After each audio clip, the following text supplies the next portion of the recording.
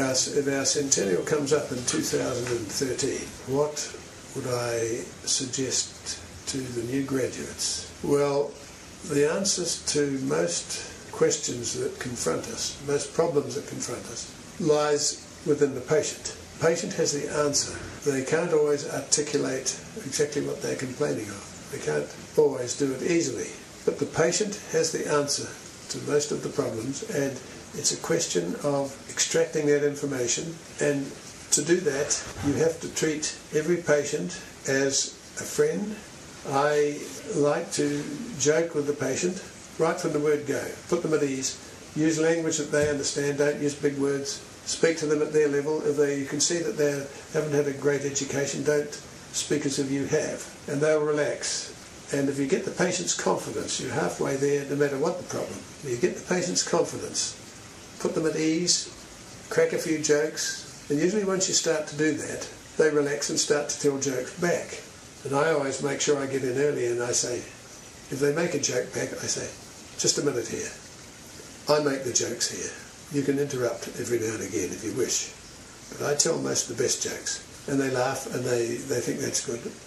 But I think getting the patient's confidence is key, and every physiotherapist should learn that art, because it is an art. Everyone knows you go to a doctor and some of them are so stuffy they can't even conduct a decent interview with you.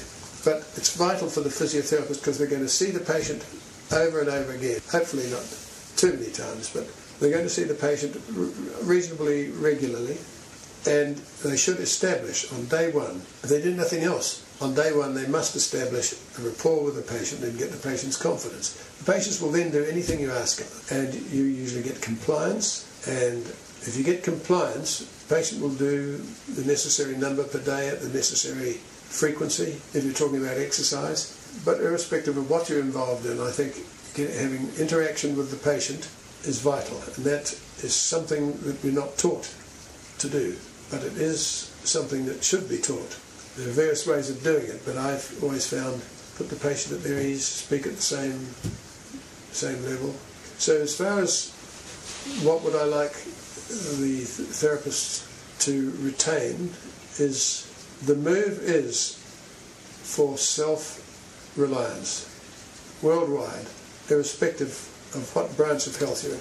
The trend is to make people independent of therapy. If you can teach patients to treat themselves, it's almost mandatory now. Too many of the therapies that we apply create patient dependency. So don't create patient dependency. Educate the patient so that they can manage their own problems. And I think it applies not only to musculoskeletal disorders where patient cooperation is vital, it probably applies to cardiorespiratory physiotherapy, where the patient has to participate in their own recovery. It probably applies to all branches of physiotherapy. I haven't thought about that enough, but it probably does apply to all branches. Teach patients to manage their own problem. And I would like to see the society to move to insist on evidence-based practice. But at the moment, the society has no... They can say we should all be using evidence-based practice, but half of us are not. Just in this last week, I have seen 3 patients who have all had hocus pocus. One of them's had ultrasound, the other one's had interferential therapy, and the other one's just been having hot packs and massage. And that makes me quite angry, because 2 of the 3 have recovered just using their own stuff in the last 2 or 3 days. I still see a few patients, and I'm pleased I do. So I would like to see the society have a bigger influence on what is considered appropriate. But they're too timid.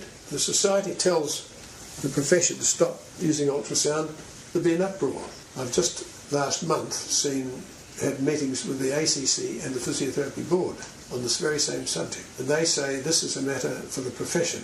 ACC said we can't dictate to physiotherapists what they do. The board says we can guide them a lot of what they do, but we can't enforce it. Society can bring about change. They haven't done it. I've had this beef with the society for 30 years, 40 years, 50 years. So I think that's all I can think of about what would I like to see, because in the musculoskeletal field, I think place of manipulation will eventually be defined, and those of us practicing mechanical diagnosis and therapy know where that boundary lies.